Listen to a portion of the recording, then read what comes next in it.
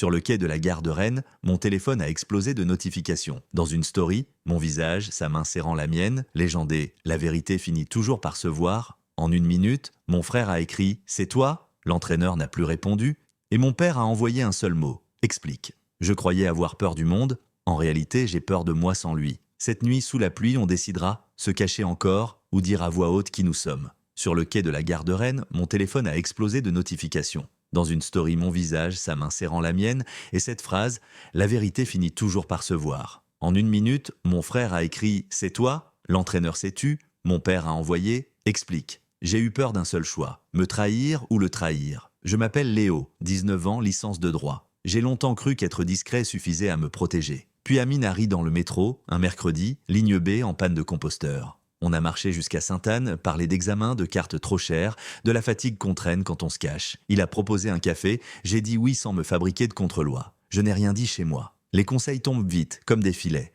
Mon père croit aux transmissions droites, ma mère esquive les heures. Moi je garde les phrases au bord des lèvres pour éviter l'orage. Amine a compris sans insister. Tu n'as pas à te rendre invisible pour mériter d'aimer, a-t-il dit. On s'est promis peu mais vrai, se voir, écouter, ne pas mentir. Le foot reste mon autre fil. Gardien remplaçant, vestiaire bruyant, hiérarchie muette, là-bas j'ai connu Hugo. Pendant un an, j'ai nié une attirance qui me découpait en morceaux utiles. Courir, sauter, parler tactique. Un jour, j'ai laissé passer des mots. Hugo n'a pas crié, il a mis de la distance. J'ai juré de n'en reparler à personne. La promesse a tenu jusqu'à Amine. Avec lui, rien ne ressemblait à un combat intérieur. Il parlait d'architecture, de toits dessinés sous la pluie, d'une cousine à Lyon qui lutte contre le harcèlement. Il savait rester au bord de mon silence sans y planter sa tente, je pouvais respirer. Notre 3e semaine a coïncidé avec un match. Le coach comptait sur moi pour la seconde période. Amine a dit qu'il passerait peut-être. Ce n'est pas nécessaire, ai-je répondu. On verra, a-t-il souri. J'ai fait semblant de ne pas entendre le « on ». La veille, Hugo m'a demandé si je voyais quelqu'un. Ce n'est pas le sujet, ai-je répondu. Son regard a glissé, puis plus rien. Pourtant la vieille mécanique s'est réveillée. Cette habitude de m'excuser d'exister. Le lendemain, Amine m'a écrit « Bonne chance ». J'ai rangé mon téléphone. À la mi-temps, on menait. Le coach, sobre et concentré. J'ai signé d'un hochement. Je n'ai pas vu Amine arriver. Je l'ai deviné à la façon dont ma respiration s'est réglée. Il est resté loin comme je l'avais souhaité. Sa seule présence a déplacé un poids. Je n'ai pas mieux joué, j'ai joué vrai. Après le match, on s'est retrouvés près d'une sortie secondaire. 2 phrases, un sourire, aucun témoin. Sur le quai du métro, j'ai failli lui prendre la main. Réflexe contrarié. « Tu n'as pas à te presser », a-t-il dit sans héroïsme. Cette phrase m'a tenu plus droit qu'un discours. Les jours suivants, j'ai avancé au même rythme. Cours, entraînement, appel du soir, petits mensonges à la maison. Dans le vestiaire, Hugo observait, laissait tomber des allusions neutres, comme des cailloux qu'on jette avant de revenir sur ses pas. Je savais que ça craquerait quelque part. Un jeudi, Amine m'a proposé un pacte simple. Pas de secret entre nous, mais tu choisis la vitesse. Je préfère t'attendre que te perdre. J'ai répondu oui, avec une clause, si tu doutes, dis-le. Ne fabrique pas des preuves. On a scellé ça par un silence qui ne blesse pas. Puis une rumeur a pris de la place. Pas de source claire, juste des regards plus lourds, une blague qui ne fait rire personne, une notification anonyme vite supprimée. Je n'avais rien posté, Amine non plus. Pourtant, quelque chose circulait. La veille d'un déplacement, mon nom a été répandu dans un groupe où l'ironie sert de courage. J'ai fermé l'application, mes mains étaient sèches, ma tête claire. J'allais jouer, vivre et arrêter de contourner ma propre vie. Le soir, Amine est passé sans prévenir. « Je suis là si on veut te réduire à un résumé. Tu n'es pas un résumé », a-t-il dit. Alors, dans une rue quelconque, j'ai posé ma main contre la sienne. 2 secondes, pas plus. Personne ne s'est arrêté. C'était peu, c'était exact. Au matin, mon frère m'a appelé. « On parle de toi sur le groupe, je préfère l'entendre de toi. » Je n'ai pas tout expliqué. « J'avance, ai-je dit ?» Il a soufflé. « Alors avance et ne laisse personne te bousculer. » Cette phrase m'a donné un centre. Je savais que je devrais parler à notre père et que ce serait dur, mais je refusais de laisser la rumeur décider à ma place. Sur le chemin de la fac, j'ai relu des messages anonymes qui prétendaient tout savoir. Je n'allais pas chercher un coupable, je voulais un cap. Il tenait en une ligne sur ma feuille, dire vrai sans se faire mal. Et si quelqu'un insistait, il existait des procédures et des soutiens. Ce jour-là, j'ai choisi de ne plus me dérober. On n'avait pas prévu de parler, pourtant un simple « on sait tout » a traversé l'écran, sans signature, et a déplacé l'air autour de moi. Le lendemain du match, les regards ont changé d'angle. Personne ne disait mon nom, mais il flottait comme une consigne. J'entrais en dernier au vestiaire, je sortais en premier, téléphone en mode avion. Amine a proposé une marche jusqu'à la Vilaine. « Je veux entendre ta version avant celle des autres. » J'ai dit que je n'avais pas de version, seulement des faits. On se voit, on se parle, on se respecte. Il a hoché la tête et m'a laissé un silence qui n'écrase pas. Sur le pont, j'ai raconté Hugo, pas comme un secret honteux, mais comme une route qui tourne trop tôt. Je n'avais jamais prononcé « je t'aimais » devant quelqu'un. Amine n'a pas cherché à classer. Un sentiment n'est pas une dette, a-t-il dit. Cette phrase a mis de l'ordre là où je rangeais des excuses. J'ai ajouté que je ne voulais pas d'une compétition dont je n'avais pas écrit les règles. Il a répondu que nous n'étions pas à un procès. La rumeur a trouvé d'autres appuis. Une capture d'écran truquée a circulé, des icônes hilars ont suivi. Rien d'insultant noir sur blanc, mais l'intention sous chaque signe. Mon frère m'a écrit « Je suis là ». Je lui ai demandé de ne pas se mêler des groupes. Ce n'était pas un duel, c'était une usure. Pour tenir, je découpais mes journées en segments. Cours, bibliothèque, entraînement, message du soir. Amine m'envoyait des choses simples, respire, bois de l'eau, dors. Sa constance empêchait mes pensées de se disperser. Un soir, Hugo m'a rattrapé à la sortie. « On te veut où, toi ? Sur le terrain ou dans les stories ?» Sa voix n'accusait pas, elle pesait. J'ai répondu que j'étais au même endroit que lui, un étudiant qui joue au foot. Il a souri de biais. « Tu sais que ce n'est pas tout, je n'ai pas accepté ce terrain glissant. Je n'ai rien à prouver. » Il a répliqué plus bas. « Alors prouve-le à toi. » Je n'ai pas dormi. Ce n'était pas une menace, c'était pire, un appel à me juger moi-même. Au matin, Amine a déposé un café à la sortie du métro et n'a posé aucune question. J'ai bu. Mes mains tremblaient en moins. J'ai écrit au coach « Si la rumeur prend de la place, je veux que vous l'appreniez de moi, je vois quelqu'un. Cela ne change rien à mon engagement. » La réponse est arrivée plus vite que mes doutes. Ce qui compte ici, c'est le travail et le respect. Tu continues.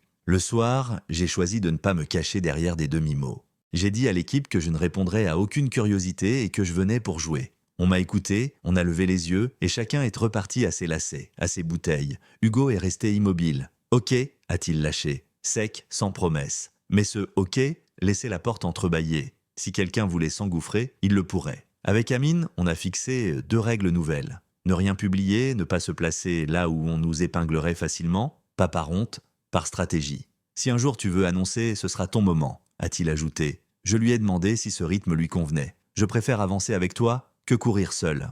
Ce soir-là, j'ai dormi d'une traite. 2 jours ont suffi pour fissurer cet équilibre. Quelqu'un a créé un compte jetable qui émet tous mes anciens posts à la suite. Puis un clip de 3 secondes filmé à la dérobée où l'on devinait nos silhouettes. Le cadrage faisait le travail sale. Les commentaires n'accusaient jamais clairement, mais chacun savait ce qu'il fallait comprendre. J'ai senti la lassitude monter, lourde mais décidée. Je n'allais pas supplier des inconnus d'être justes. J'allais occuper ma place. J'ai demandé un rendez-vous à la référente vie étudiante. J'ai détaillé les faits sans donner de nom. Elle a parlé de signalement possible, de conservation de preuves, de cadre légal. Elle n'a pas minimisé. « Vous n'êtes pas seul », a-t-elle conclu. À la sortie, j'ai respiré comme après un sprint. Ce que je pouvais faire existait et ce que je ne devais plus accepter prenait une forme précise. Le soir même, j'ai prévenu Amine. Je vais déposer un signalement si la vidéo repart. Il a répondu « Je te suivrai ». Je ne le remerciais pas pour la forme. Je tenais enfin un fil qui ne cassait pas entre mes doigts, décidé de mes gestes avant que d'autres les dictent. À partir de là, la rumeur pouvait enfler. Elle rencontrerait autre chose qu'un garçon qui baisse la tête. On a cru que la vidéo allait s'éteindre d'elle-même. Elle a au contraire trouvé un couloir, un compte à reposter, un autre à coller une légende ambiguë, et la mèche a repris. Le matin, mon téléphone vibrait sans cesse, je n'ouvrais plus. Mon frère a appelé. « Je peux venir ce soir ?» J'ai dit oui. Au vestiaire, le coach a posé une seule phrase. « Pas d'allusion ici, le terrain n'est pas une arène. » Hugo s'est échauffé sans me regarder. J'ai pensé que l'orage passerait au-dessus. Je me trompais. À la sortie, un inconnu m'a lancé « Alors, c'est vrai ?» J'ai continué tout droit. Amine m'attendait plus loin. « Pas besoin de répondre à ceux qui ne posent pas de vraies questions, » a-t-il dit. Nous avons marché. Chaque pas allégeait mes pensées. Le soir, à la maison, mon père a choisi des mots droits. « On parle de toi. Dis-moi ce qu'il faut savoir. » J'ai dit la vérité. Je vois quelqu'un et je veux que cela reste entre nous tant que je ne suis pas prêt. Il a serré la mâchoire, puis il a dit qu'il voulait me protéger sans me mentir. Je lui ai demandé de me laisser choisir quand parler. Il a hoché la tête. La nuit suivante, quelqu'un a franchi une limite. Une story a surgi, prise de derrière, nos mains brièvement jointes, et cette légende, les héros ont changé. Le compte était jetable. Les commentaires ont suivi, plus lâches que cruels. Je n'ai pas eu peur. J'ai eu chaud, comme si mon corps passait à vitesse supérieure. J'ai pris des captures, j'ai envoyé un mail formel avec l'heure et le lien au service dédié. Amine a répondu « Je suis avec toi », puis il a sonné chez moi pour que je n'affronte pas la soirée seule. Le lendemain, la fac a accusé réception. Ils allaient contacter la plateforme, enclencher une demande de retrait, vérifier si des identifiants étaient traçables. La procédure paraissait sèche, mais elle me rendait de l'air. Au club, le coach m'a demandé si je voulais être dispensé. Non, je joue. Mes gants n'étaient pas plus lourds que d'habitude. C'était le regard des autres qui pesait. Dans les cages, tout s'alignait. Le ballon, la trajectoire, l'instant où on choisit. Je tenais. À midi, Hugo a demandé à parler. Je n'ai rien posté, a-t-il dit d'emblée. Je l'ai cru à moitié. Si tu as quelque chose à me dire, fais-le sans détour. Il a levé les mains. Ce n'est pas moi. Mais je ne vais pas faire semblant d'être ravi. J'ai remercié pour l'honnêteté, pas pour la demi-pique. Il a ajouté « Tu sais que ça te suivra ». J'ai répondu « Je sais surtout que je me suivrai ». Sa bouche s'est refermée. Il a hoché la tête comme on lâche un combat. Le soir, mon frère est venu. Il m'a demandé ce qui m'angoissait le plus. Choisir le moment avant qu'on me le vole. Il a dit qu'il pouvait rester dormir. Nous n'avons pas parlé d'héroïsme, seulement de logistique. Capture, sauvegarde, rendez-vous avec la référente. Son calme a déplacé le centre de gravité de la journée. La pluie a commencé vers 23 heures. Amand m'a écrit « Je passe ?» Je lui ai répondu « Oui, nous avons fait un tour du pâté de maison sous l'eau fine. Je ne veux pas que ton histoire soit la scène d'un autre, a-t-il dit. J'ai promis que le prochain mot public viendrait de moi. Il m'a demandé si je comptais dire quelque chose à l'équipe. Demain, ai-je répondu. La décision s'installait comme un muscle qu'on retrouve. Le lendemain, j'ai annoncé dans le vestiaire que j'avais saisi la fac et que je ne tolérerais plus les sous-entendus. Tout ce qui sort d'ici sans consentement est une faute. Personne n'a applaudi. Le coach a dit simplement « C'est acté ». Hugo a demandé si je comptais militer. Je compte jouer, étudier et vivre sans me cacher. Sa question n'a pas tenu. En fin d'après-midi, un mail a confirmé le retrait de la story. La plateforme avait supprimé la vidéo pour atteinte à la vie privée. On parlait d'empreintes et de liens partagés depuis 2 appareils proches du stade. Je n'ai pas cherché à remonter. Je savais ce dont j'avais besoin. Garder le cap, ne pas déraper vers la vengeance. Amine a souri quand je lui ai dit « Tu n'as pas perdu ta place ?» a-t-il répondu. Je lui ai dit que je ne voulais pas que ma vie soit un match de rivalité. La soirée s'est achevée avec une idée claire. Je n'avais pas choisi le déferlement, mais je pouvais choisir la manière de tenir. Le bruit s'affaiblissait déjà. Restait le cœur des choses, ma parole, notre lien et la patience pour sortir d'un tunnel qui n'est pas à vous, mais que vous traversez quand même. La vérité n'a pas besoin de cris. Elle use ceux qui refusent de l'entendre. Le lundi suivant, la vérité s'est assise à notre table familiale. Mon père avait reçu des messages de voisins. Il les a lus, puis a levé la tête. Je ne comprends pas cette manière de publier la vie des autres. J'ai acquiescé. Il a ajouté « Et toi, tu veux quoi maintenant ?» Je n'ai pas parlé d'idéaux, j'ai parlé d'organisation. Continuer mes études, jouer, ne pas mentir aux miens. Ma mère a demandé si j'étais en danger. Pas physiquement, ai-je dit. À la fac, la référente m'a proposé un rendez-vous avec la psychologue.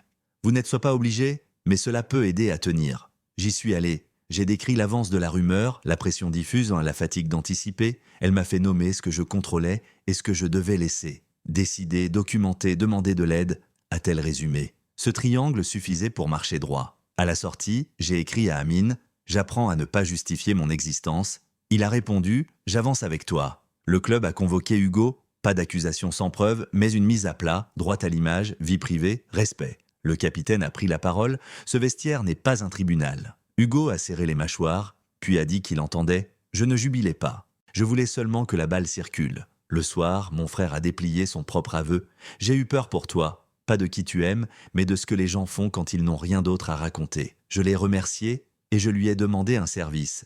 Si quelqu'un venait avec des insinuations, renvoyer vers moi ou se taire. Il a accepté sans poser de conditions.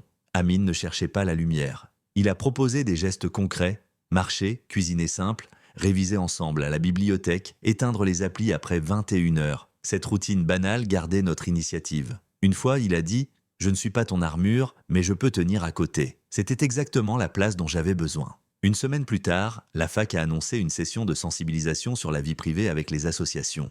On m'a demandé si un témoignage anonyme pouvait servir d'exemple. J'ai accepté. Je ne cherchais pas de scène. Je voulais un cadre qui survive au buzz. À la maison, l'atmosphère restait tendue, mais vivable. Mon père a commencé à poser de vraies questions. Comment fonctionne la procédure? Qui décide du retrait d'un contenu? Ce qui se passe si la personne est mineure. Je répondais quand je savais, je renvoyais vers les textes quand je ne savais pas. Il ne disait pas fierté ni honte, il disait comprendre. C'était en chantier, mais ça tenait. Hugo, lui, oscillait. Parfois cordial, parfois muet. Un mercredi, il m'a attendu à la fin de l'entraînement. Je n'ai pas été réglo avant, a-t-il lâché. Je ne savais pas quoi faire de ce que tu m'avais dit. Je lui ai répondu que je n'attendais pas d'excuses parfaites, seulement qu'il cesse d'alimenter l'ambiguïté. Il a soufflé « d'accord ». Nous n'étions pas amis, nous n'étions plus adversaires. Le vendredi, la vidéo avait disparu. Les captures restaient dans un dossier verrouillé, la rumeur manquait de carburant. Ce vide a ramené une autre question, la mienne.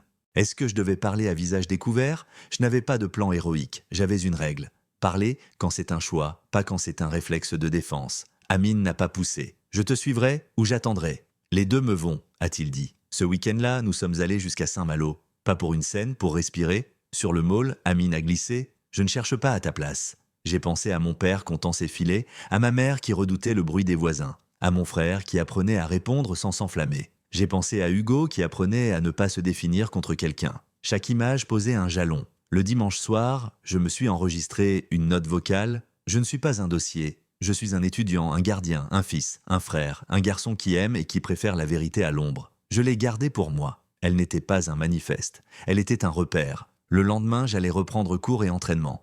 Et s'il fallait, je parlerais. Mais je refuserais désormais que l'on m'arrache le droit au moment. Le bruit a fini par se dissoudre, mais il a laissé des traces utiles. La semaine suivante, j'ai reçu un message du club. Réunion avec le staff et 2 représentants étudiants. Je m'y suis rendu sans grand discours près. Le coach a parlé de cadre et de respect. La référente a rappelé les textes. Puis Hugo a demandé la parole. Il ne s'est pas justifié. J'ai mal réagi quand Léo m'a parlé et j'ai entretenu des zones grises. Je le regrette. Il n'a accusé personne. Il a accepté de suivre un module sur l'éthique numérique et le harcèlement. Le staff a décidé d'un rappel collectif sur la confidentialité. Rien de spectaculaire. Suffisant pour marquer une ligne. Je n'ai pas ressenti de victoire, juste la sensation d'un sol moins mouvant. En sortant, Hugo m'a rejoint. « Je peux te dire un truc sans que tu me le renvoyies à la figure ?»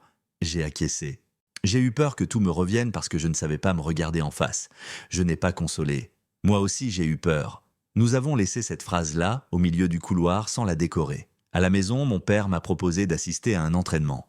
« Je veux comprendre ce que tu protèges tant. » Il s'est tenu derrière la main courante et n'a pas parlé. Après, il a serré brièvement mon épaule. « Tu travailles, c'est clair. » Le mot n'était pas grand, mais il ne tremblait pas. Ma mère a glissé que la voisine avait cessé de poser des questions.